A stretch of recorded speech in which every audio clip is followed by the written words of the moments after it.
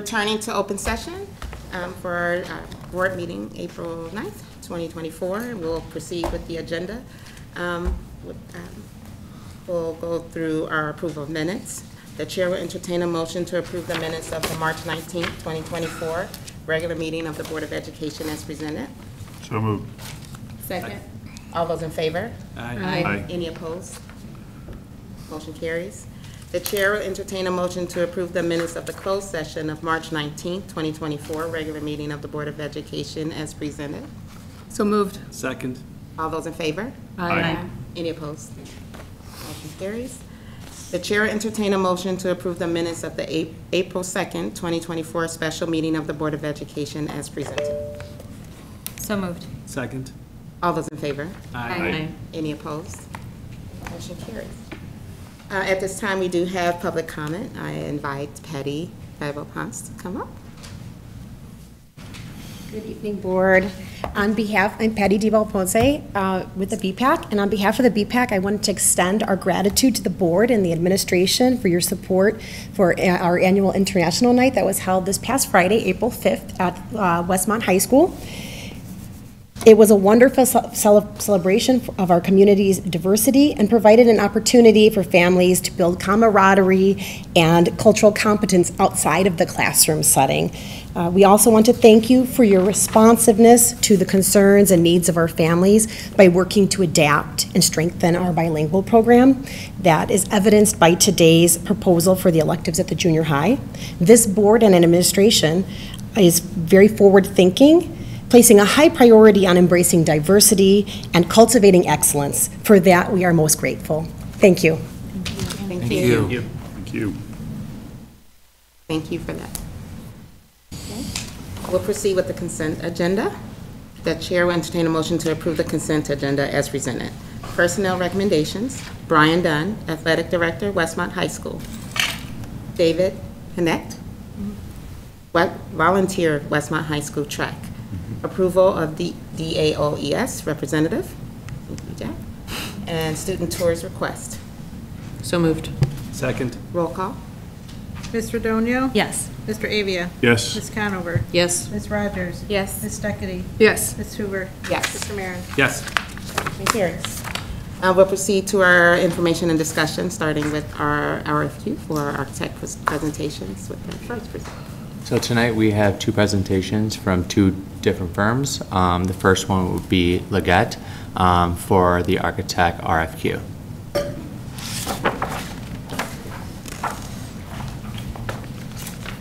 Thank you so much for having us. We appreciate it. I'm going to pull up our little...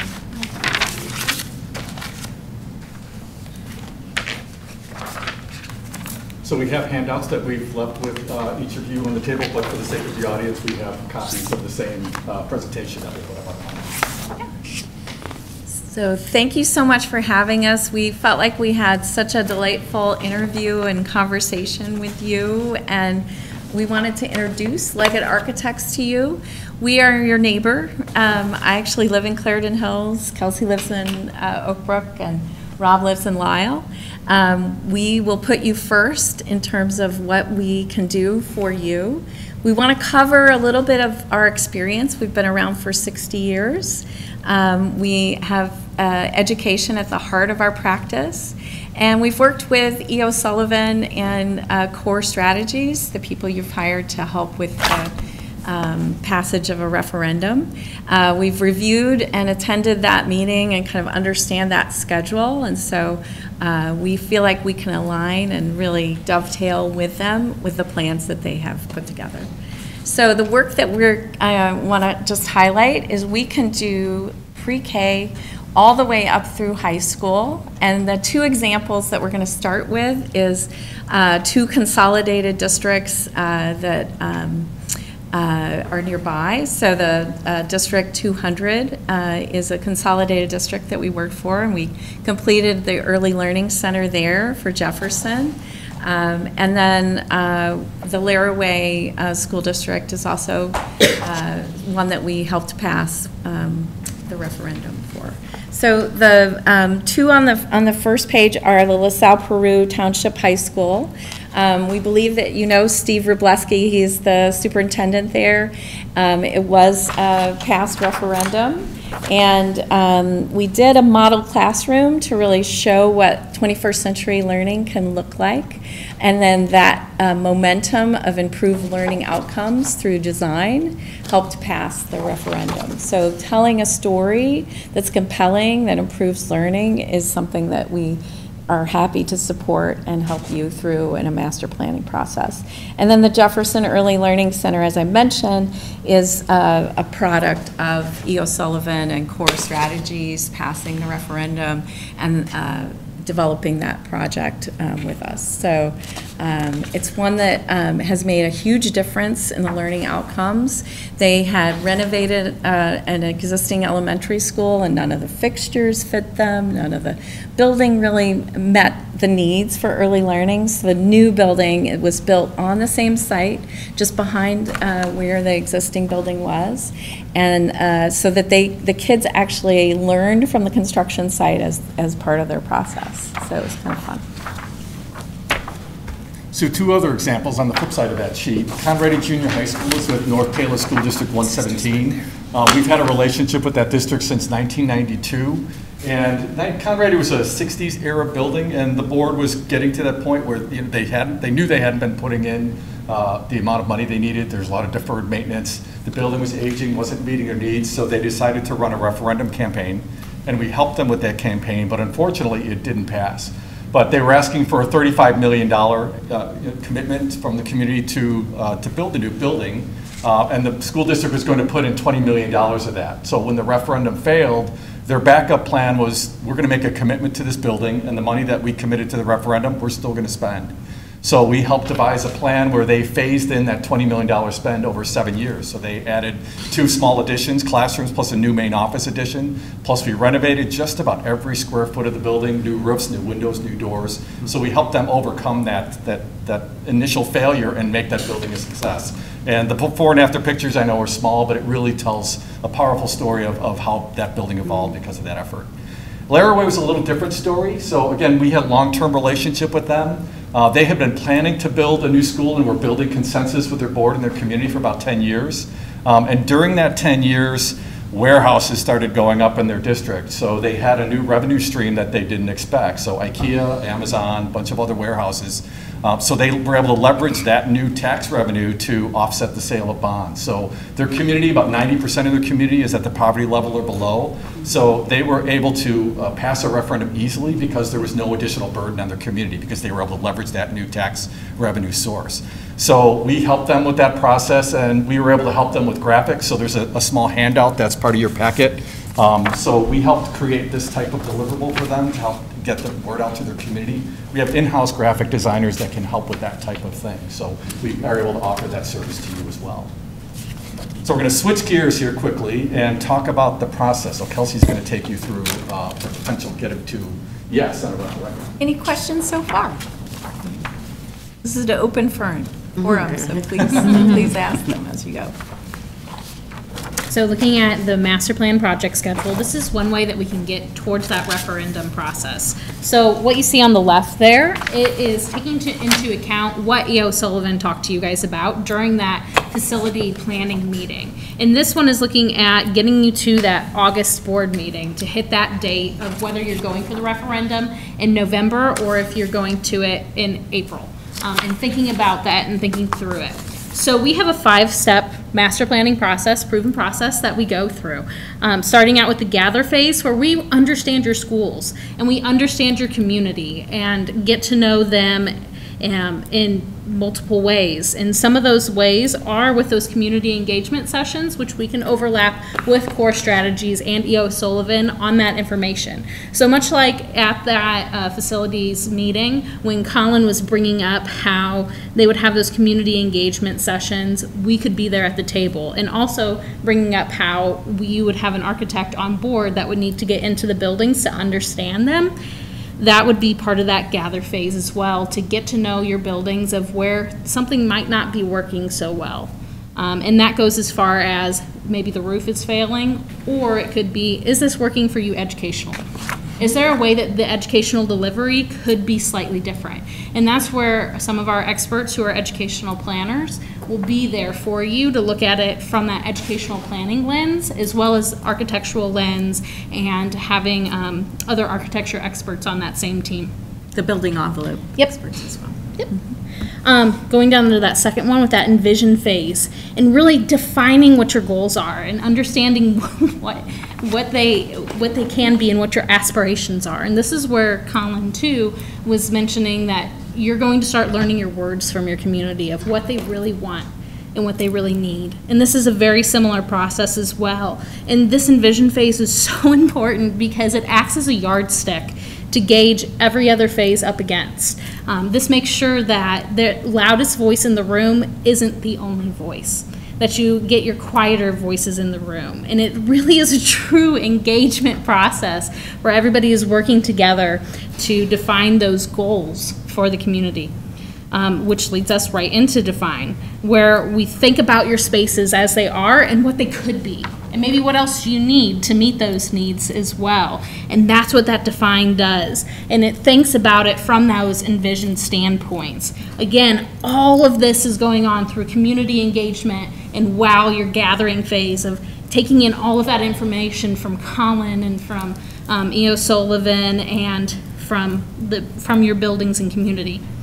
Considers the fun part, at least I believe so, where we would get to move pieces and parts around and thinking about what could happen and where it could happen and should happen for your community while still gauging it up against that yardstick and understanding that and what needs to happen to make sure we're meeting those needs of that community.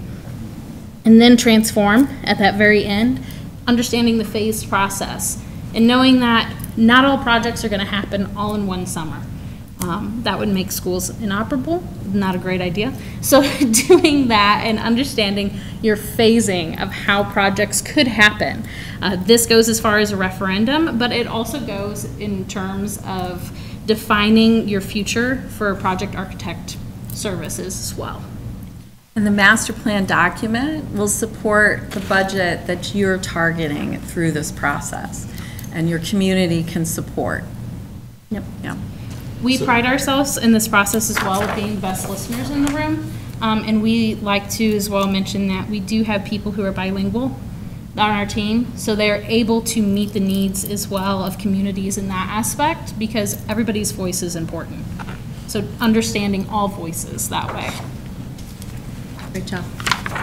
So where Kelsey, Robin, and I complement each other is they are educational planners and I'm a project manager. So I always like to think about the next steps. So when we're talking about making these projects a reality, what is that process? So the flip side of that page shows a simple diagram. There's 5 phases in a typical construction project. It starts from schematic design, works through construction documents, bidding, and actual construction. The way we look at that process is it's a continuous process, meaning what we learned during COVID is that there's supply shortages for equipment, for materials. I heard a statistic yesterday that for every 50 trade contractors that are leaving the industry, 7 are replacing them.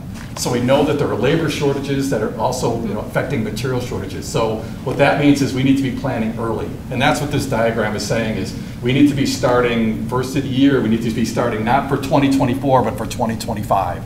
And as we're executing 2024, we're knee-deep in doing construction documents and planning for 2025, and we're starting to think about 2026. So if there are issues with lead times, like on mechanical equipment, we're way ahead of the game and we're planning for that, we're anticipating that. Excellent.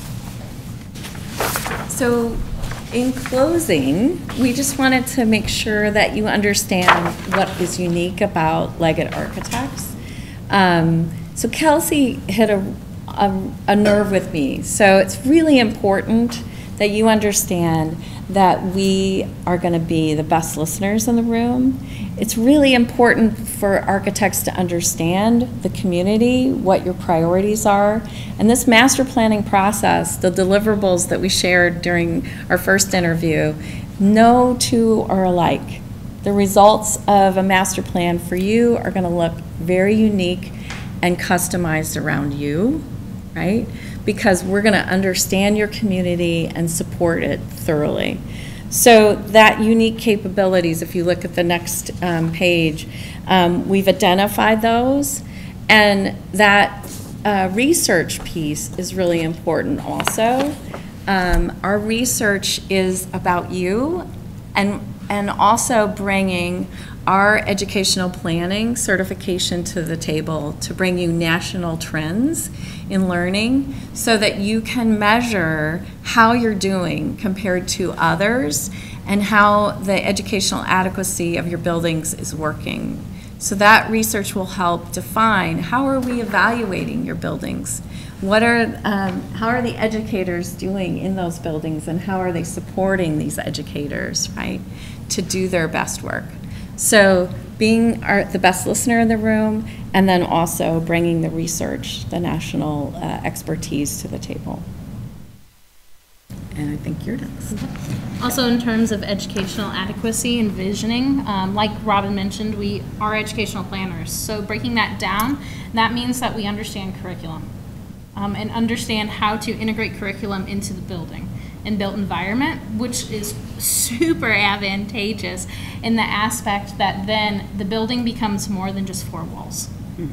It becomes a true teaching space where everything can be activated the moment you step foot into the school instead of the moment you sit down in a seat.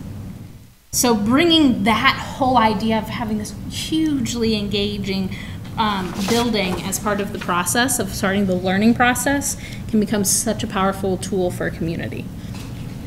We touched on relationship building as well, but that's really what we're here to do, is to build a relationship with you and to build a relationship with the community. We want to be respectful of the community, and we want to know what they know. We're not coming to the table with preset ideas. We're not going to tell you, you need to do this. We are coming to listen and learn and then show that these are the results. How can we implement what is most important to you?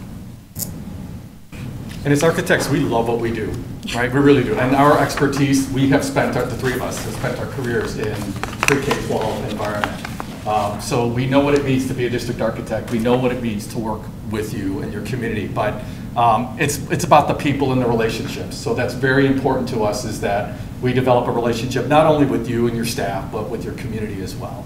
And we have a lot of clients that we are very proud of that we've had relationships for a long period of time.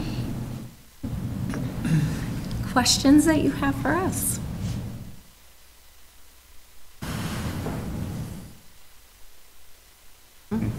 We feel like we've already connected with you, and we're excited to get started and hit the ground running. So I know you've got a difficult decision ahead of you, but we appreciate how important this opportunity is for our firm. We're hungry, we want to support you, and we have people ready to get started right away. So. Thank you. Thank you. Thank you. Thank you. Awesome.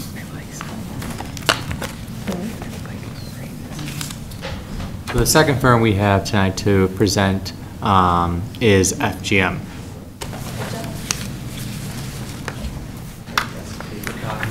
Thank you.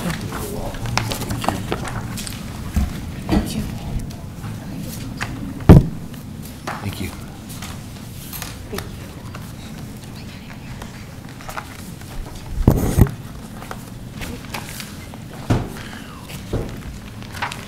Thank you.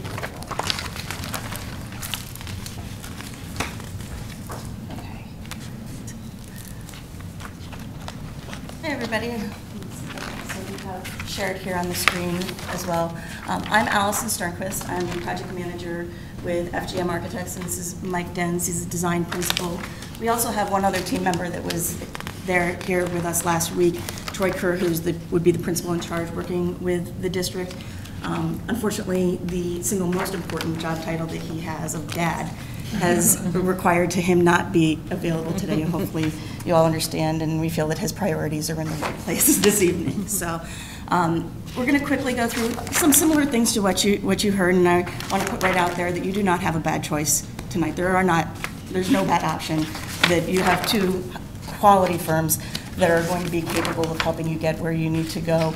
And so we just hope to present to you why we feel that we are the best fit for your district.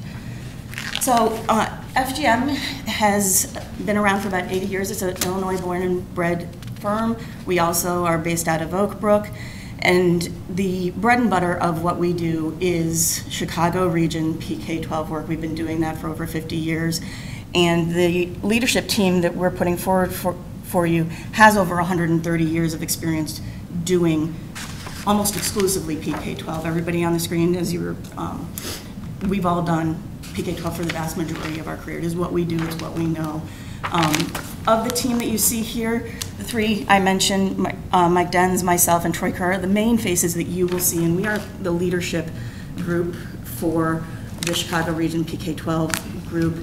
And while FGM is a large firm with 8 offices and over 200 employees, what you will get is the personal relationships with us. And you will be our top priority. I can promise you the reason I'm standing here is because I've watched a lot of your board meetings and I've seen and done a lot of research on this district, got out and walked some of your buildings, and I'm here because I want to work with you. I told them, put me on this interview process because this is a district that I want to work for. And these people that are here, I can promise you, are our A team. There's nobody else that I ever want to work with. I can count on these people, and I can promise you that every one of us will do everything we have in our power and bring everything that we have behind us to the table to ensure that you are able to get the end result that your students need you to achieve in this process. So, what sets us apart, and like you heard earlier, we are also focused on relationships and people, and that is part of our culture, but really it is endemic to who we are as a firm, and it's the reason I came to work for FGMA, why I will never even consider working anywhere else, because I know that I am invested in and cared about. It's why Mike Denz has spent his entire career at FGMA, and I feel very confident to tell you that the people that I showed on that last slide will also spend the rest of their careers at FGMA. And our business model is not based on the bottom line, it is based on relationships. We have a lot of long-term, over 30-year clients that we've been with through their big projects and the small ones, and we have those relationships and have retained those relationships because no matter the size of the district, no matter the size of the project, they know that they have been our priority and that we care and we are there for them no matter what they need. And so, but not only externally, but internally, we have a people-focused culture and work really hard on investing in our people so that they know that they are cared about and that we know that we can deliver a solid team to you that isn't going anywhere. And so we say that we build community, and that's because not only do we build the buildings that you work and worship and serve each other and learn in, but the core of what the word community is people. And that is where our focus is, in making sure that we are able to get out and relate to your community and to deliver on creating trust with the district and the community. So we selected, while we have a lot of experience and a lot of different districts that we have worked with, we selected 3 recurrent clients and with recent projects that we felt were very applicable in completely different ways to what you're looking to do as a district. So the first one is Chelsea Intermediate School, and that is based down in Frankfort with Frankfort School District 157C, who is one of those over 30-year clients that I took over managing that and working with that client from our recent CEO when he retired. And that district, we built several buildings for them over the years. They have 3 district buildings, but one of them, Chelsea, it was in a similar place to where I think you are with JT Manning, where it just didn't work for what they needed, and they knew that they had to make an investment in that building, but they weren't sure the right path to go. And so we worked with them to look at, do you do a renovation, an addition renovation, or a new building? And as we went through that facility study, they ended up choosing to do an addition renovation, which we then moved into the concept process with them of coming up with a variety of concepts for addition renovation. And ultimately, the choice that they made was an addition renovation that completely transformed their building at probably about 2/3 of the cost of doing a new building. And you can see just quickly some of the transformation that happened with this building at Chelsea Intermediate School. But in the end, what they ended up with was a building that even though teachers that had been working in that building for 20, 30 years felt like they had a new building that supported the learning, the way that they wanted to deliver on education to their students. The other FGMA success story is a client that I work with is Oak Park and River Forest High School, which is a different type of district than you are. But the story there is the community engagement and transforming what was a very negative relationship that they had with their community. And they really had to do a lot of work to engage and messaging with their community to gain support for the work that they needed to do. They had gone out in 2016 before we started working with them on a renovation to their PE and athletic facilities, which were 100 years old and had received really no work in that time frame. And they had, and that referendum failed by about 35 votes. So when they, which was that's a painful one. They felt the hurt.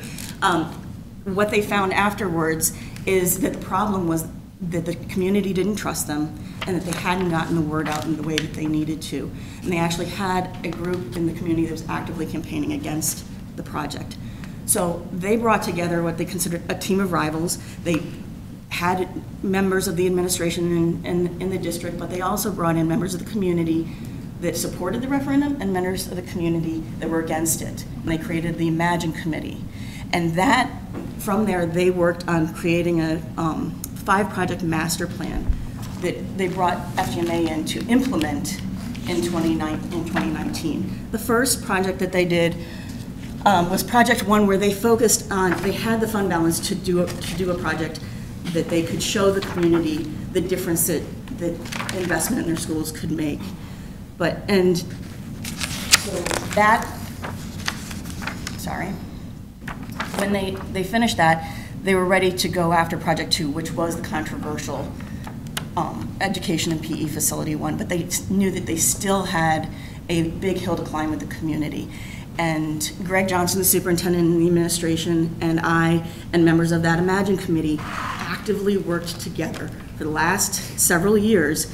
This project right here is the little project that nobody believed would ever happen, and it's breaking ground in June.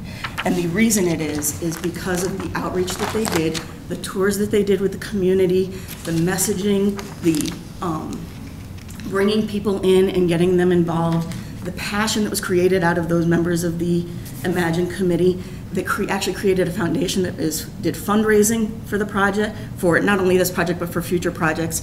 And to date, they've raised almost $12 million, which allowed them to not go to referendum until Project 3. And so this is breaking ground, but they feel very confident that even though they didn't have to go to referendum with Project 2, that they have the support that they will easily pass Project 3. So it's a story of just community engagement and the amount of work that we did together to get to completely transform that relationship that they had with the community and get the word out to understand the need. And it's actually to the point that we've all, the group of us have decided, we're hoping to present in a conference in the fall on that collaboration and the success that was found through doing that. So with that, I'll turn it over to Mike Dens, who will talk about Glenview and the master planning and referendum work that we did with Glenview District 34. Thanks, Allison. So we wanted to share a little bit about the story of Glenview District 34, and they're an 8-school district, and I was part of that team to help them pass a $119 million referendum. And one of the reasons we wanted to highlight that was a huge part of that $119 million was deferred maintenance. They had decades and decades of deferred maintenance in that district. And we were able to help them leverage that by wherever this deferred maintenance needed to take place in the buildings, we explored ways to improve those learning environments that would be impacted by the same construction. So they were getting economy of scale there by trying to do some of these environmental refreshing of some of these spaces at the same time as they were doing deferred maintenance. And another huge goal there was introducing full-day kindergarten in the district. And we've done capacity analysis for the district, also looked at future enrollment projections, and they could not be able to accommodate that within the footprint of their existing buildings, and they had to do some additions. And that also included core space like cafeterias and gyms. They just didn't have that space for adding kindergartners there for lunch, but also for gross motor activities throughout the day as well with gym space. Throughout that process, we were part of the team with their referendum consultant working on community forums, as well as tours throughout the facilities where the community could see a lot of that deferred maintenance and a lot of the educational adequacy issues that they faced firsthand. Now I want to talk a little bit about the master planning and referendum process. So you're about to embark on a huge journey, as you know, and it's a long process with a lot of different pieces, and we like to break that down into steps, and these become checkpoints for us. But they also become opportunities for community engagement along the way. You could see there with the visioning and creating the program and the concepts. Those are all great opportunities for engagement. And actually, the photo in the background you're seeing there is a referendum that we helped Paris High School community in Central Illinois share some concepts to address their needs in their district.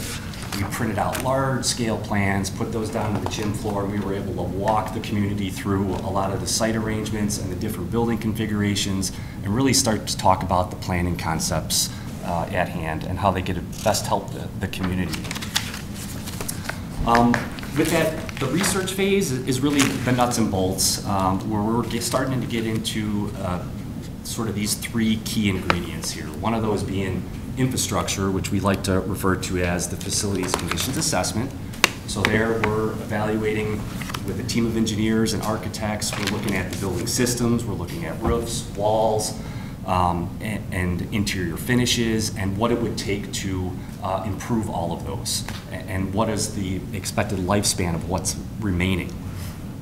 That second piece is educational adequacy. So there we're looking at with various stakeholders and users of all your buildings and the administrators, we're questioning how well do your learning environments support teaching and learning, and what are those gaps and what are the needs. And in this stage, we're very actively listening and documenting what we're hearing along the way. And then lastly, that third piece, probably the most important piece, is building that consensus and the community engagement along the way. And whatever we can do to help there, whether it's forums or presentations and tours and information sessions, we are there because now we are starting to become experts at understanding your buildings and knowing the issues that you're facing. And we want to help you communicate that to the community.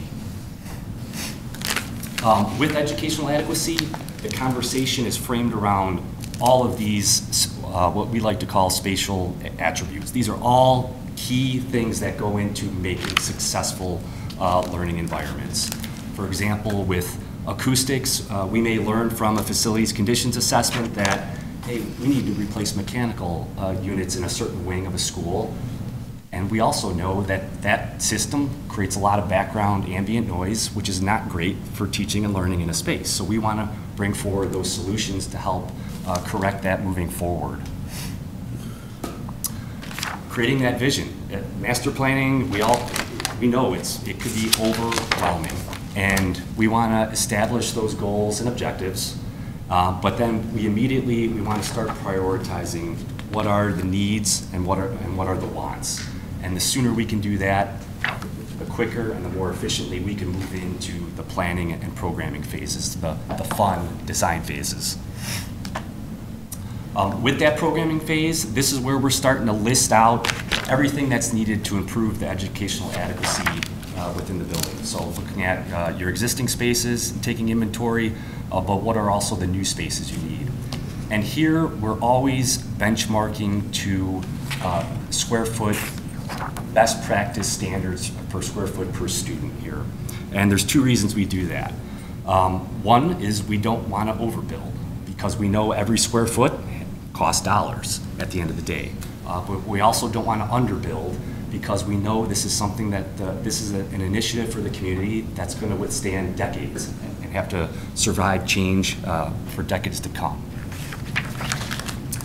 My favorite part is the concept phase. So here we're finding those solutions to all of the educational adequacy needs, keeping those maintenance needs in mind at the same time, and we're doing lots of iterations of space adjacencies. We're evaluating the site circulation, looking at the site configurations at all of your facilities. And then lastly, we're supporting your construction partner in this process too, because you need those numbers to help make informed decisions about what to bring forward to the community as well. And we do that with the impact diagrams you can see there on the left. And these are color-coded diagrams. They start identifying the level of scope, such as new construction, what's heavy renovation, what's medium, what's light. All of these have different price points with that, and this really gives the estimator a good indication of the scope that has to happen.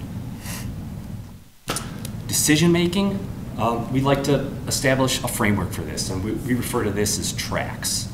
So here, we are looking at different scenarios throughout these tracks. For example, a district may decide that they want to consolidate a couple of elementary schools and explore that option. So we may look at a track that looks at renovating one of your existing facilities and providing an addition to make that consolidation happen. Whereas another track may raise the question, well, what would it take to go through and create a replacement facility? And that way gives you both numbers so you could compare, and we could see how that impacts the bottom line. Decision making, we just don't finish the final report. We're there in the end. We want to support you and Bill Sullivan during the referendum campaign, and help you along the way in that engagement process as well. So we've helped a variety of clients. You can see here, we've passed almost $1 billion worth of referendums over the years, and feel very confident that we can help you get where you need to go. I just wanted to end on just taking a minute to talk about what you're looking to do. And I know that right now every option is on the table for going to referendum, and there are pros and cons to each one of these, and we look forward to being able to sit down with the district and E.O. Sullivan on what's the right path forward. But we wanted to show that we'd started to think about what does this look like from a schedule perspective for each one of these different options. And so if you were, and I know that we're taking a little bit of time, we're passionate about what we do, and I want to do justice to this, but if you were, we normally like to spend about 16 months before going to a board decision in this process, which would put you at like a November of 2025 referendum, which, correct me if I'm wrong, I don't believe is actually an option that you have. So we looked at what the options are. If you go out to March of 2026, that adds a few months, which might actually give you the opportunity to take this beyond concept to do a schematic, the first phase of the design process, which is schematic design, get a little bit better, firmer numbers, and have a little bit more development of the design that you choose, to have better renderings and things like that to put out. That's what we did with OPRF to help when they were setting their funding choices. In the opposite, we know that you feel like you've lost a lot of time and that you're anxious and want to get moving, and we completely understand that. So look in the opposite direction. If you go to April of 2025, that takes about 7 months off of that, ideal 16-month time frame. It's doable. It just really reduces your time a little bit. And if you're looking to go to November, you're really condensing that time frame down into about 3 months of legwork. So there are pros and, like I said, pros and cons to all of it, which we will support the district, and no matter what path you choose to take. We're going to just give you an idea of some of our thought process on what those different options would look like. And so while FDMA is all of these things, leaders, advocates, and designers, the most important one is partners, and we really hope that we get to be your partner as you go on this journey. Thank you. Thank you. Any questions? Have you guys worked with E.O. Sullivan before? I personally have not, I believe that as a firm we have, but I personally have not. Yeah.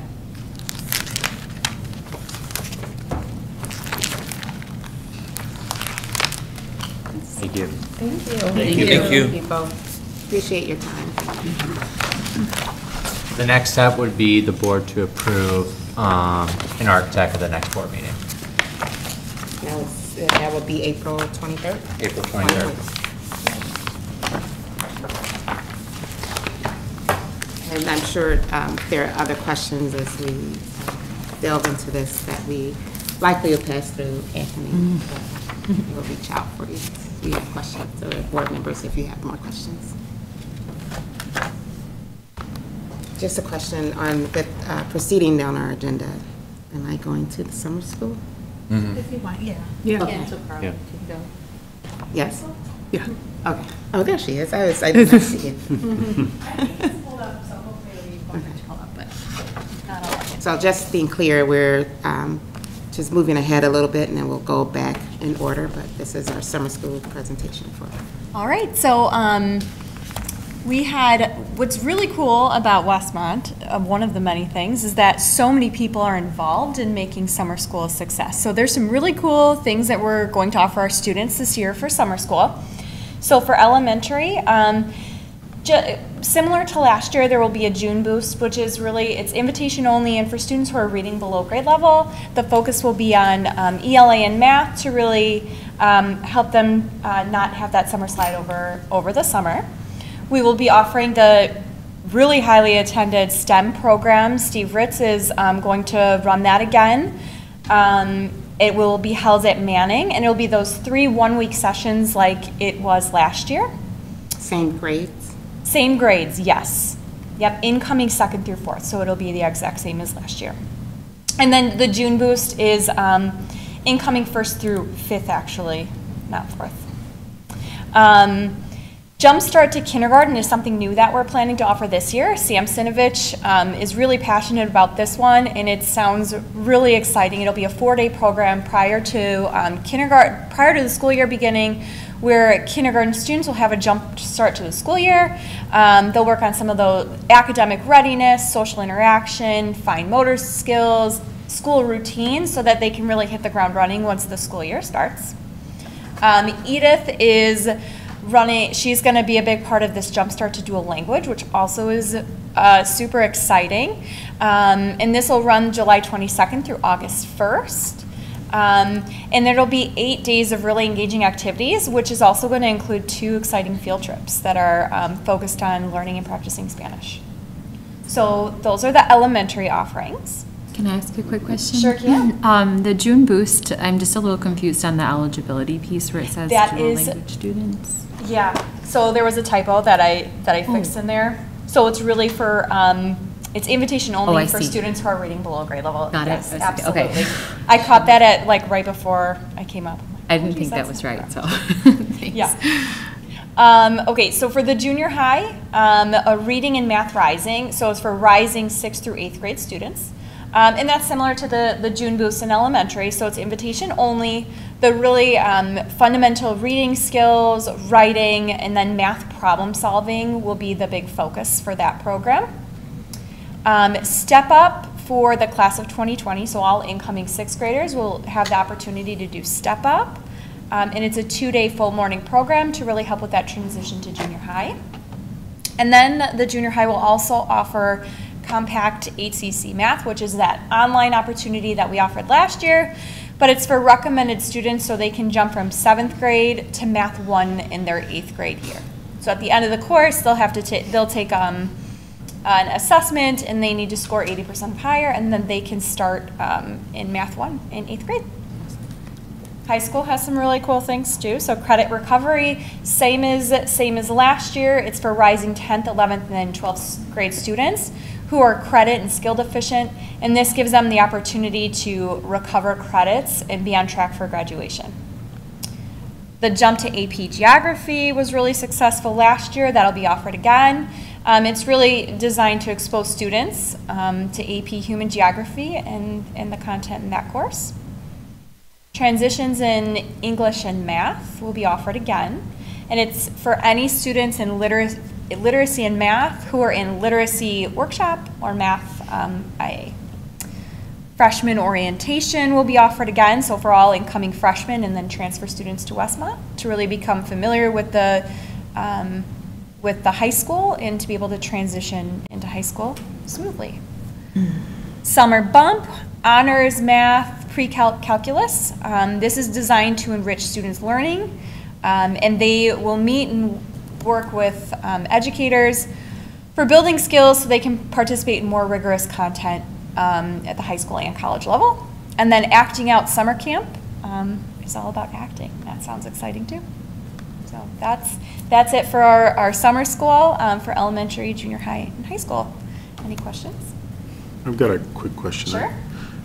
Going back to the elementary school. Yes. It looks like the June boost, it says grade level incoming 1st through 4th. Am I missing something? It's 5th grade. I think it's incoming Did you say that? 1st through 5th grade. Yeah. The document that you have, yeah, the document that you have is. Apparently you already said it. You don't have to say it again. You've had a lot of presentations tonight, so, yes. Anything else? This is just a curiosity question, because I really like the jump to AP Geography. Is that just kind of based on like teacher availability? And because I feel we have such a robust AP program, and like I think other courses could benefit from like a jump to AP, especially we're open enrollment for AP, right? Yep. So just curious about that. I think Jack could probably speak to this better, but Pete Landreth and Brian Dunn are super passionate about this, so they're the ones who like brought this, and they really.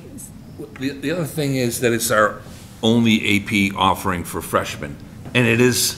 Oh, I feel like I've asked this question before. Yeah, no, that's a good question. And that was the answer. I was like, that makes a lot of sense. But yeah, Freshmen. you're taking 8th graders. Together, Carlos and I will figure it out. You're asking 8th graders to move from the Totally. 8th grade curriculum Yeah. to a college level course. So the idea is to at least get them concerned and build relationships. Sure. And it's a different kind of course for freshmen. Not all high schools offer that, so we Right. felt it was needed to at least get some introduction of materials, introduction of expectations, and they have some fun too. Yeah. Is this the only AP class for freshmen, Geo? Yeah. Nice. Cool. All right, thank you.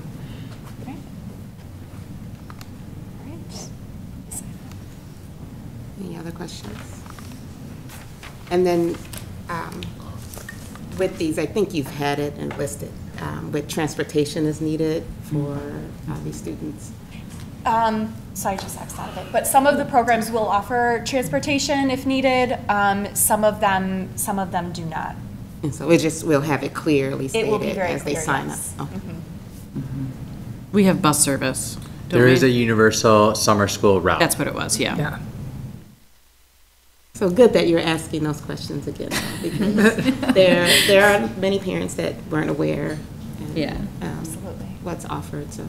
And it looks like for elementary, it will be provided for all of Yes. those programs Yeah, that requested, elementary which is for probably summer the school. greatest need, yeah. Awesome. Thank you, Carla. Thank you. Thank you. Thanks. And if it's okay with the board, I was just gonna go to number 9, the Westmont Junior High School electives. Does everybody have that handout? Yes. From Amy?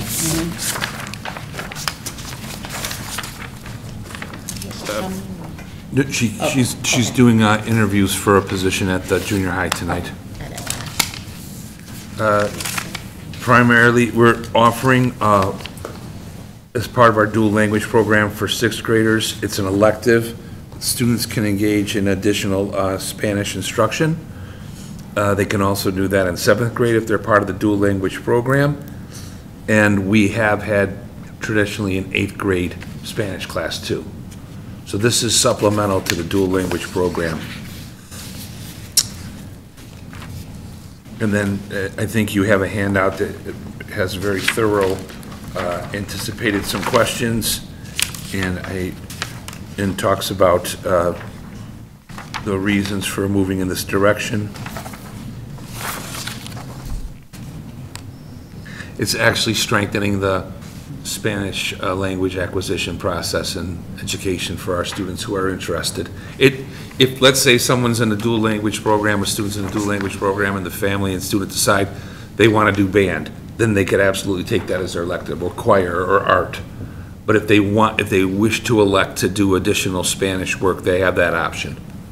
That's at the family's discretion, the student's discretion. So this is an additional course? It's an additional course. So students in our dual language program would be involved in the dual language program through their social studies class, and if they elected to do so, they could take an additional Spanish language course. If they say, no, I want to remain in dual, and I'll take the social studies course, but I want to take choir or art or band or another elective, then they can opt to do that. So there's some choice there. So they still get one elective? They still get one elective, but if they choose Spanish as their elective, then that fulfills their elective requirement. So this is an elective class? Yes. In with art, and so if a student chooses this one, it's their elective? Yes.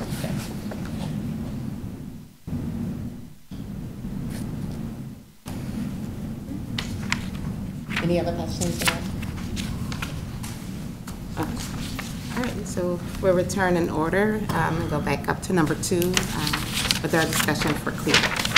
At the last board meeting, I presented to the board and the community about a software that the district would potentially purchase called CLEAR. This would really analyze the residency of the students to make sure that the district is looking at students that actually live in the district and provide all the resources and all the documents for residency and registration. There was a concern of the price the last 3 years. For the 3-year contract, I was able to negotiate a $5,000 decrease for each year of the 3 years, and I was also able to negotiate terms that state that the district can cancel the software at any moment with 30-day notice, but no penalty or penalty to pay the remainder of the contract. So this allows the district to have the flexibility after year 1 to see if it really works and what solutions that can, benefit the community. So that's kind of the best for pricing I was able to get, and the board can decide if they want to approve it tonight. But ultimately, this will save a lot of time internally, and also protect taxpayers that actually live in the district. So, I think we said this before, but typically who does the legwork is the business office, isn't it? Not necessarily. It is the building secretaries and building principals that actually take in the residency affidavits, documents. The business office helps with any questions, but the legwork is primarily at the building level. So it would save a lot of legwork. Correct. This would essentially allow community members who've been living here for 10, 12, 14 years to not present residency documents unless they were flagged or need any updating to the district. So yeah, so it is streamlined for parents. That's great. Correct. That's great. And this is going to be implemented on the website? Yes. Once, if the board approves it, information regarding this and what it's all about will be public on the website. But also for the benefit, just restating what you said, the benefit that you did with being able to get the cost down and having the 3 years. It's not being locked in, but what's locked in is the price. Correct. So yeah, so each year, what's locked in is that yearly price, but again, the district can cancel the contract at any time with 30-day notice without the penalty. Just for edification, what is the price that we're currently? So year 1 would be $10,800, year 2 would be $11,232, and year 3 would be $11,681. Again, these numbers were $5,000 more at the last board meeting. As a per pupil expenditure for students is, double, triple of this price. Ultimately, in the long run, it will save time for employees, it will save time for community members, and it will also, protect the taxpayers of the community. That's the truth, because our parents are very supportive and reasonable, but a lot of people did not like coming in and presenting their documents. So we are saving taxpayer time and also protecting taxpayers. And we're willing to do the work, but not only will it save a little bit of time, it puts us in a stronger position. Instead of us analyzing the documents without any substantive evidence, we'll have evidence as to whether somebody is actually residing in the district or not. So it's more efficient, it's more fair, protects the taxpayers, saves taxpayer time, and saves administrative and secretarial time. I know at the last board meeting, the question of other districts, how they utilize it and pros and cons. I reached out to 4 districts that have this implemented. One district stopped using it because of the price, and when I spoke with that business manager, these prices were actually lower than that district. Another district that recently implemented says everything has been great. There's no complaints. It actually solved a lot of residency questions and helped the taxpayers. And the other 3 said basically the same thing. So there was only one district that just stopped utilizing it, and it wasn't because of the service, it was more so of the price. And how long, do you know how long they had been with them when they decided, to stop utilizing After the them? 3-year contract. Okay, so they had them for 3 years. Okay. The other thing we promise you is this fall, we'll give you a full report talking about how effective we think this program is, and you can scrutinize the utilization of it. But we will follow up with a report about what transpired, how effective it was, and if people are not happy with it, then we've negotiated an opportunity to get out of the contract. I mean, when you look dollar to dollar, just a 3-year contract is the price of one student, finding one student that we're paying for that doesn't live here. Good. I think Good the ratio explanation. looks really good on that. Good. Thanks for asking those additional questions. There are no other questions. We'll move to student fees. So attached on the board agenda is historical data on student fees within the district and the tentative proposed student fees for next year. At the beginning of last fiscal year, the district had roughly $198,000 of outstanding fees dating back to 2015. Roughly the 11 hours per month the district spent really communicating with those families, figuring out what was the issue, collecting payments, working with the families, and ultimately collected $87,000 of those outstanding fees, again, dating back to 2015. As of now, as of March, the district has roughly $130,000 of outstanding fees. That includes $18,000 of uncollected lunch fees. The district implemented a payment plan for families last year, and currently the district has 47 payment plans. 20 paid in full, 5 are currently active, 16 with no payments collected, and 6 with 2 or more months with missed payments. With that data, I would... Can you speak to, like, you said it's 47 payment plans. Is there a number that's out of... Is there a number of... Out of all the families in the district. What's that number? Oh, out of all the families. Yeah, I was gonna correct. say, is there a number of families that are delinquent? So like basically who chose to do a payment plan out of the ones that were delinquent in their fees? So 6 of the 47 are delinquent. They're missed payments. And then 16 of the 47 hasn't submitted payment at all.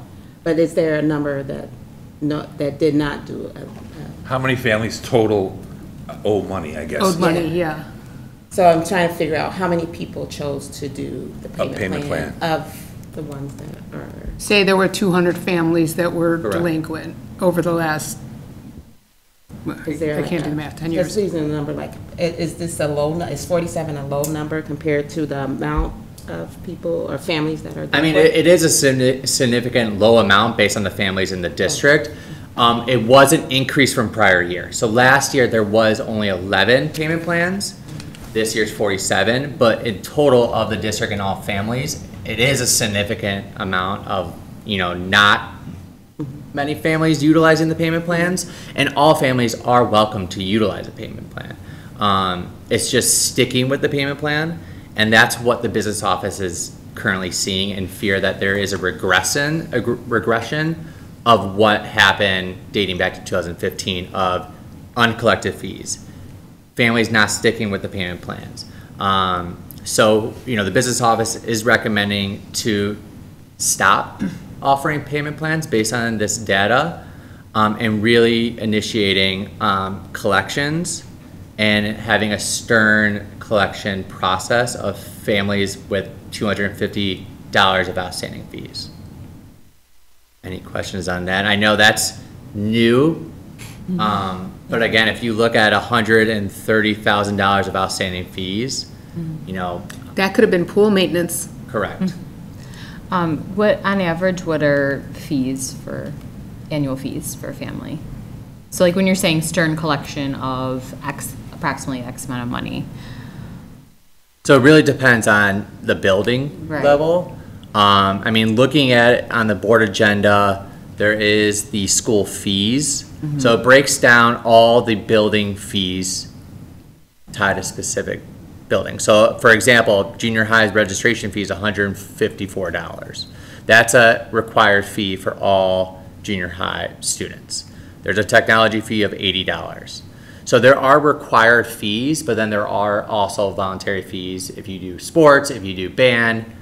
So it really depends on what the student does and which building the student is attending. Yeah, I'm just trying to get like an idea, a number in my head about like, if, you know, if we're saying we're gonna collect it all at once in one lump sum, like what's the most that we might be asking a family to scrape together in August, and maybe they're scraping, maybe they're not. We do have, there are several families that have over $3,000 of outstanding fees. 3,000 from 1 year, I mean? No. Like, Multiple years. Multiple years. But I think what Jess is asking is, what's the maximum fee per student? Like that somebody could pay, right? like is it 300, 400? Per year. It would be around $400 per year. Okay. That's the maximum. Correct. And please keep in mind, we apply everybody who qualifies for economic support will receive it. Thank you for that. So what is currently happening is every month, the business office sends invoices to families that do have outstanding balance with the payment plans and not payment plans. We also attach free and reduced registration forms, how to submit a payment, communication to the business office. Over the course of the year, we've been seeing families just ignoring that process and not even responding to the calls and emails from the business office. And that causes a fear of regression of what happened dating back to 2015. So in order to stop that and really collect the fees, we would need to be more stern about that. But at the same time, offer assistance to families. So historically, last year, we increased fees that tied to CPI. The recommendation is to not increase fees at all from prior year. And I know there was a conversation of offering transportation as a fee. Currently, that I don't feel right now is the perfect time to do that. But down the road, that may be an additional fee to discuss if we need to fund construction work, if we need to fund other methods. But at this time, there's a proposal not to increase fees for next year. And still work with the families on that process, but eliminating the payment plans, being strict with the outstanding balances, making sure that the building levels also are strict with the balances, and restricting students on field trips, on prom, on dances, which we currently do, but just having that conscious knowledge of this is the process going forward. And I think there, things I think about it is that from the board standpoint, that, I don't feel good necessarily like this is something we're trying to figure out the most punitive thing. I think the biggest thing we need to really press is that communication, because we do have a process for those who are in need or require assistance, and I think sometimes we're not seeing that, even with the request when we're asking for fees to be paid, that if there's communication that there's, someone needs help. We have a means of helping our families. We just have to hear that. We don't, I think the business office doesn't. And then the other part, as a board, with being fiscally responsible for our district, we're spending money with the business office and our secretaries, again, just as we spoke of with registration. They're doing a lot of work and putting time into this, but they're not collectors. They're not, that's not their role as, they have to be strict, but they have to not, we're trying to be fiscally responsible in that way too. There are many jobs that the business office and the secretaries in the schools that they need to do. And yeah, Amanda in the business office, our accounting coordinator, has been doing an incredible job the last couple of years, really trying to reach out to each family with the outstanding balance, making sure that she's scheduling time for meetings for the family to come in, have the conversation on what's the issue, work with the business office on collecting payments. You know, she does take over 11 hours per month to do that. And it's now getting to the point where families are not responding. And so I think going forward, you know, the district would need to look to see what we can do to collect these fees. Because $130,000 is a significant amount when we talk about construction work, when we talk about resources for students and staff. So I don't want to regress of what we have been doing since 2015. So we're still here to help the families. That's why I'm not proposing an increase from prior year fees. Fee collection is part of the registration process, right? Correct. So do you think that now with CLEAR that will get a little bit trickier because we're not going to be face to face with everybody and have that at least opportunity to connect with the entire community in person about finance stuff and So fees? CLEAR will only look at residency. Parents still have to register. Mm-hmm. So if there's a parent and a family that has outstanding fees, Mm-hmm. we won't allow that student and family to register. So that's current families, new families, families that have been here for 10 plus years. So there's still gonna be a process of collecting fees prior to registration. So CLEAR is only looking at the residency aspect of it, but the building level principals and secretaries will collect fees prior to the student being registered at the building. But that was And also, that that's was also online. online. Yeah. That's also online. Significant amount. I know some people still pay with check, but I know there was a discount for doing it before registration last year, and a significant numbers, that goes through the online process, which was separate from the registration process. Correct, and we're gonna offer a discount again this year. That number will be announced at the next board meeting, but again, we are gonna be providing help as much as we can to families. But yeah, we're gonna make sure that, you know, we're gonna decrease that $130,000 of outstanding fees. I feel for you guys with the small group that like just is starting to ignore stuff like that. Those are the people that when they come into the building for anything, like how can you? Well, I think it's important to put in perspective, about 90+% of our families pay on time. Yes, that's good information. I'm sorry, I'm looking at these numbers and I'm asking myself, first of all, just rough numbers, of the 130 that's still outstanding, how much of that is owed by people who no longer have children in the school district? Roughly. That's a good question. Roughly. So we waive those fees for families that are no longer in the district. So if you have a student that's no longer in the district, we waive those fees. We eliminate it from the account. So this fees are only families that currently only have applies to people that are active employees, active students. Second thing, you said that some are as much as 3,000. I take that to mean that like the average is much below 3,000, probably below 1,000, right? The average right now is over 1,000. It is over 1,000. Correct. It still takes 130,000s to make 130,000, right? So that means you have I mean, we're talking about a lot of people, a lot of cases, I guess is the point I'm trying to make. Yeah. A lot of management. There is a significant amount of families just over the course of the years, you know, lose a technology or, you know, a device or purchase an instrument. I don't know what happened dating back to 2015. But, you know, like Jack said, 90% of families do pay on time, but it's that pocket that do not. And that answers your question before. I mean, there's over 100 families Right. or cases and only 47 payment plans. Yeah, and what's alarming is out of the 47 payment plans, 16 with no payments collected and 6 with 2 or more months of missed payments. So so it's. And that's constant communication, Right. constant It's costing phone us a calls. lot. It's costing us a lot in people hours. Not only is this missing revenue, but it is now turning into A whole, a whole different stream of payments that it's just, yes. And It's it- not working, we need to change tack.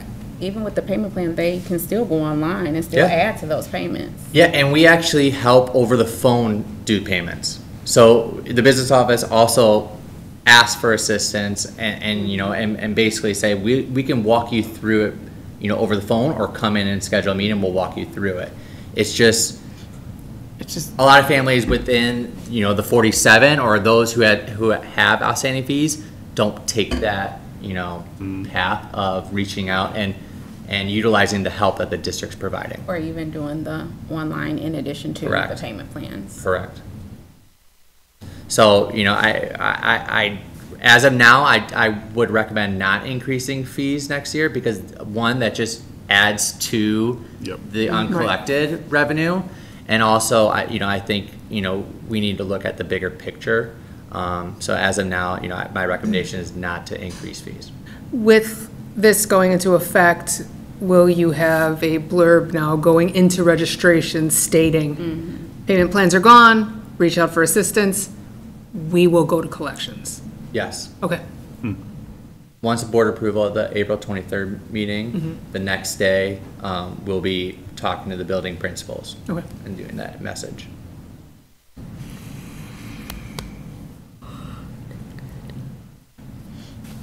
All right. Any other questions? I'm looking in particular, even with fee history or anything you guys have. Okay. We'll move along to the Sunrise contract. So just wanted to recap, at the last board meeting, I talked about the 1-year extension at 5% increase for the special education transportation. Are there any questions in regards to that? No? Nope. And so we'll be voting on that on our action items. Next, Westway contract. Just wanted to follow up again from the presentation last board meeting in regards to Westway transportation contract. They service our general education students for transportation. The recommendation is to extend a 2-year contract at 6% for next year and 5.5% the prior year, or following year. After this 2-year contract, by the new school code, we do need to go out to bid.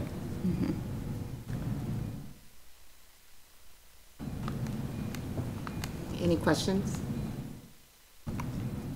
Okay, moving to number 6, Crown Castle contract.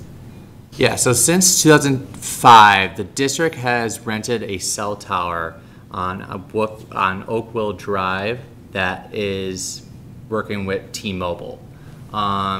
Castle really is the tenant or the managing company of that cell tower.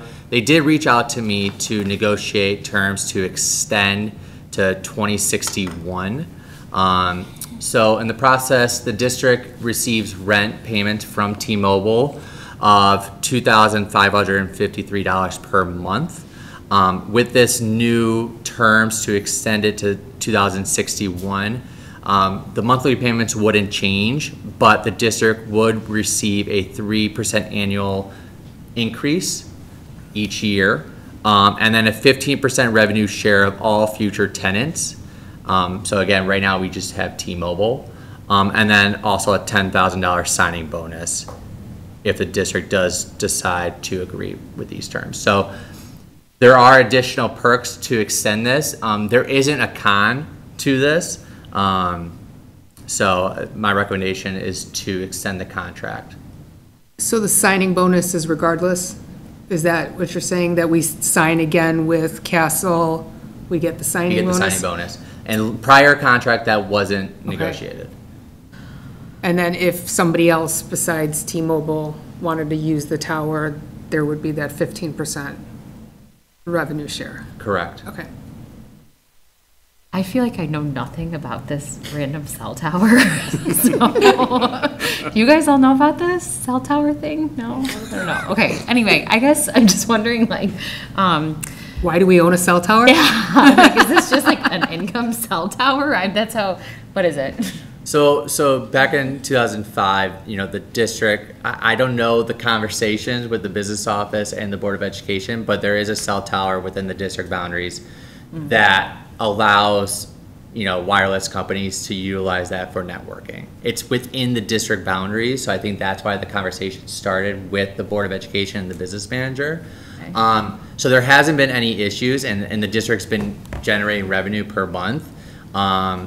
So Crown Castle reached out and said, because of this long relationship, we want to extend it. But again, by extending it, the district needs to negotiate terms because terms significantly changed from 2005. And so it's just like, we're just getting some money from, yeah. We get rent money. Correct. We're getting rent money from T-Mobile, who uses the cell tower for wireless. And then any other future. I'm And literally any thinking other of it that future way. tenants. That's so random. I had no, okay. Sound like how you- That's, I mean, that's great. There's, it's all good. No legwork, right. Does it go into just like our, what fund? Where does this money go? It goes to in our ed fund. Ed fund, cool. Great, okay. It's just not common to see a cell tower for a school district. Okay, thanks. So the monthly payment wouldn't change again, but it's just the added perks to the new contract. I remember there was discussion of a second cell tower possibility, putting one over by Manning years ago, but. Maybe we'll talk to the architects about that. Maybe. We could use another cell tower, all the technology. Okay, we're gonna move along to Verifin. So recently, the state issued FACE law. So FACE law really looks at individual new hires and past employees that dealt directly with students or any conduct directly with students. And this is not just with teachers; it's with referees, it's with aides, it's with contractors. So there is a software that really saves time within the business office and in the district office that allows employees to go through this system to really look at the FACE law documents. Because right now it's all emails back and forth, it's a lot of paperwork, it's a lot of time for the district office, and frankly, we're the only district in the area that doesn't utilize it. So, we've attended conferences and we've asked other districts, and they look at us, saying, why aren't you guys utilizing it? So it is $500 for a yearly contract. And again, this really would help save time internally and also time on the employees that are going through the new hire process. I mean, the whole year is literally paid for by 1 month's salary of someone spending time doing this. I mean, less, probably 2 weeks. Correct. Yeah. And Shannon and myself go through the process of Verifin, and we do get, not Verifin, but FACE law, and we do get other districts sending Verifin information. So, Shannon has done an incredible job up to this point, but, it's getting to the time of, let's streamline it a little bit better and save time in the long run. I'm glad we didn't jump on anything as soon as FACE law went into effect. We took some time and we let some other districts test some things out. I appreciate that we did that, but now it is the time to make it easy. And and Shannon and I did talk about that. Right when it happened and started, the Verifin was thrown out, and I didn't feel confident, and Shannon didn't either on let's just implement it. But now every district's doing it. Yeah. I appreciate just the multiple things we've gone through in streamlining the work that we do in our business office. It saves time, it saves money, and I appreciate that. And I appreciate the board, getting questions out to make sure we're just not, like you said, just someone throws something out there and we'll use it. It's been verified and vetted, but I really appreciate the work. Yeah, Shannon has done her research, many hours with the state and other districts to really come to the decision that it's extremely beneficial for the district. And once approved, we will implement kind of directions in the new hire process, but all new hires are used to this. Are there any other questions?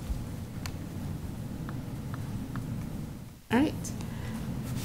guess we'll do this, one board member stated now, but if you guys are okay, we'll just proceed with our action items. The chair will entertain a motion to approve the contract for the Clear product through Thompson Reuters as presented. So moved. Second. Roll call? Mr. Avia? Yes. Ms. Conover? Yes. Ms. Rogers? Yes. Ms. Steckity? Just coming back to. Ms. Hoover? Yes. Mr. Marin? Yes. Ms. Redonio? Yes. The motion carries. Ms. So we Steckity? are approving Clear. Clear, yes. Right, motion carries. The chair will entertain a motion to approve the contract at Westway for the 2024-25 and 2025-26 school year as presented. So moved. Second. Roll call? Ms. Conover? Yes. Ms. Rogers? Yes. Ms. Steckity? Yes. Ms. Hoover? Yes. Mr. Marin? Yes. Ms. Redonio? Yes. Mr. Avia? Yes. Motion passes. And number 3, the chair will entertain a motion to approve the amendment to special education student transportation services and transportation contract with Sunrise to extend the contract to be in effect from July 1st, 2024 to June 30th, 2025 as presented. So moved. Second. Roll call? Ms. Rogers? Yes. Ms. Steckity? Yes. Ms. Hoover? Yes. Mr. Marin? Yes. Ms. Redonio? Yes. Mr. Avia? Yes. Ms. Conover? Yes. Motion carries. We'll move to the superintendent's report. I just want to say again, a big thank you to everybody who was part of International Fest last Friday. What a beautiful event, as we heard. Thank you to BPAC, to Edith Corrington, to all the families who participated in putting it on and being present. Just a beautiful evening for our district and celebrating who we are and the beauty of our district. So it was just a great evening.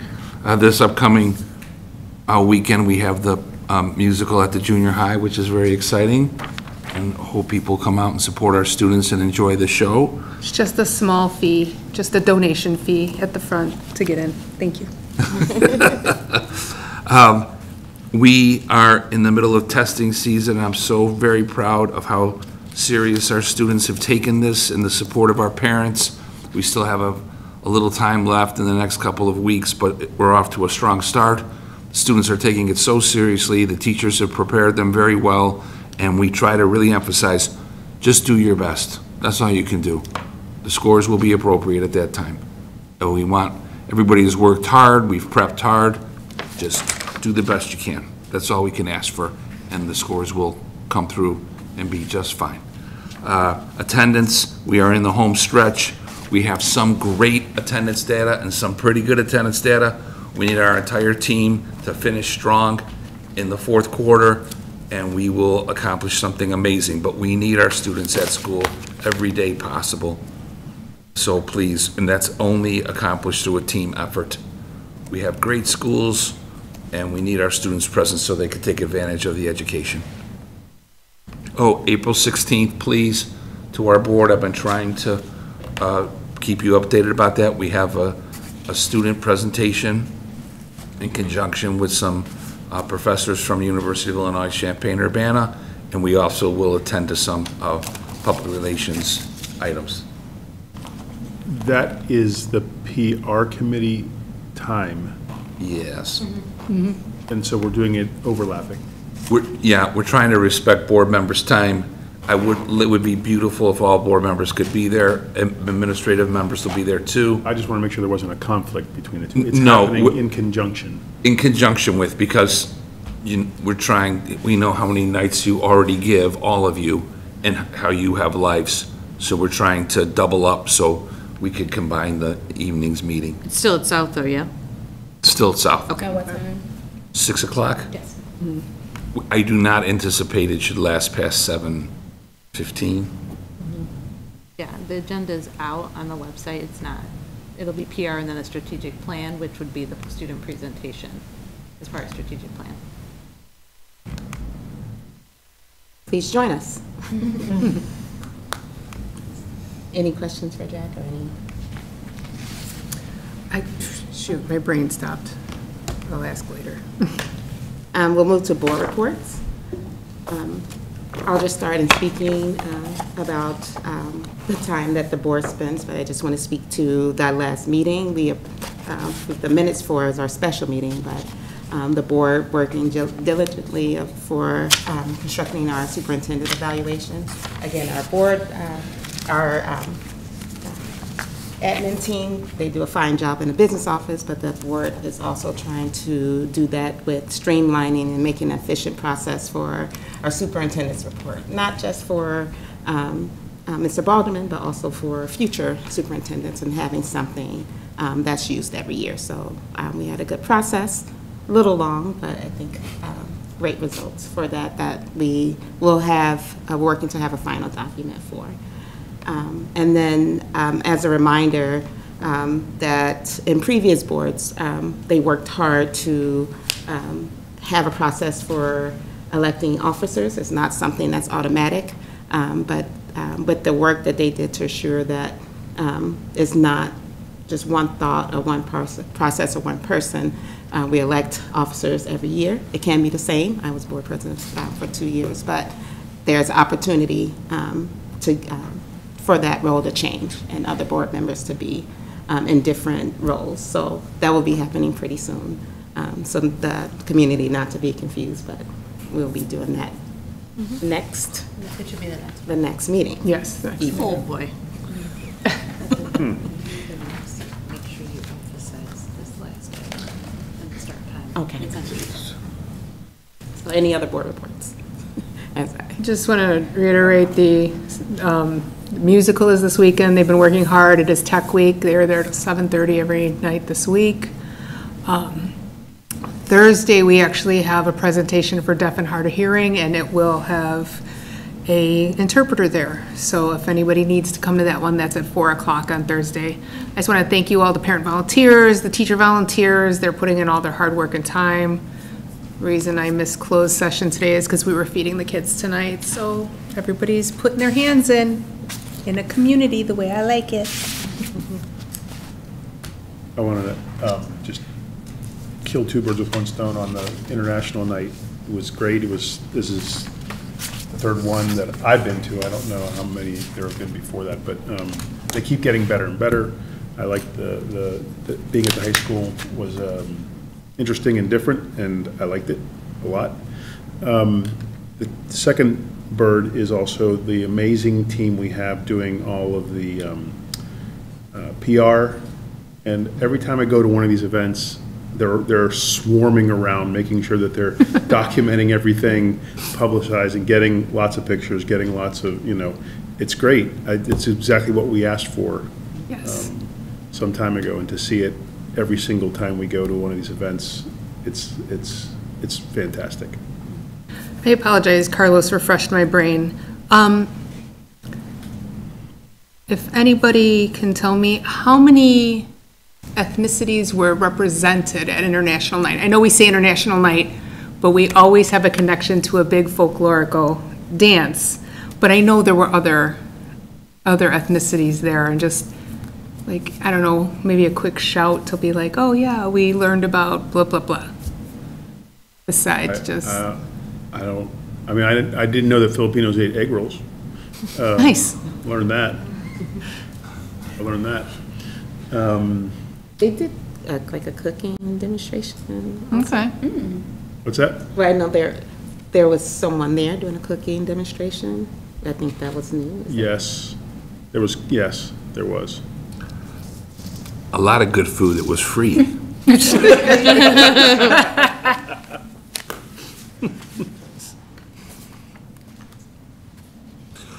Any other reports?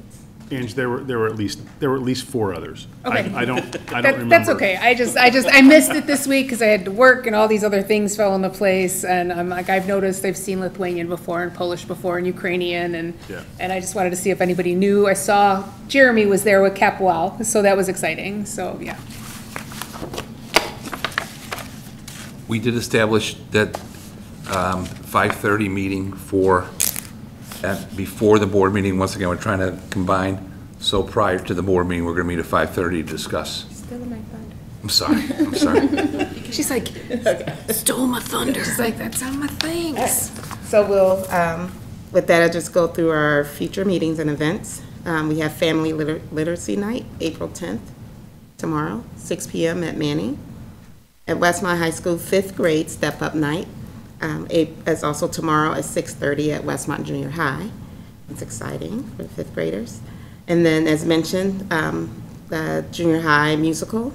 So we have Thursday. will be Thursday for- at 4 o'clock is the deaf and hard of hearing performance. And then, 2 shows on April 12th at 7 p.m. and then April 13th, 2 p.m.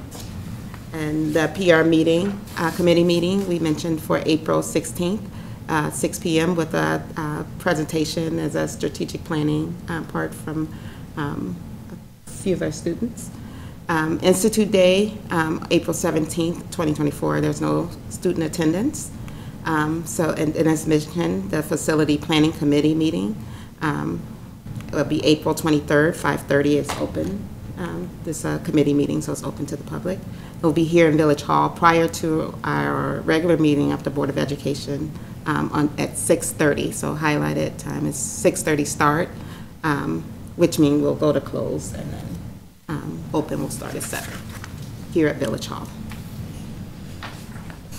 Right, if there are no additions to that, the chair will entertain a motion to adjourn the April 9th, 2024 regular meeting of the Board of Education. So moved. Second. All those in favor? Aye. Any opposed? Meeting adjourned.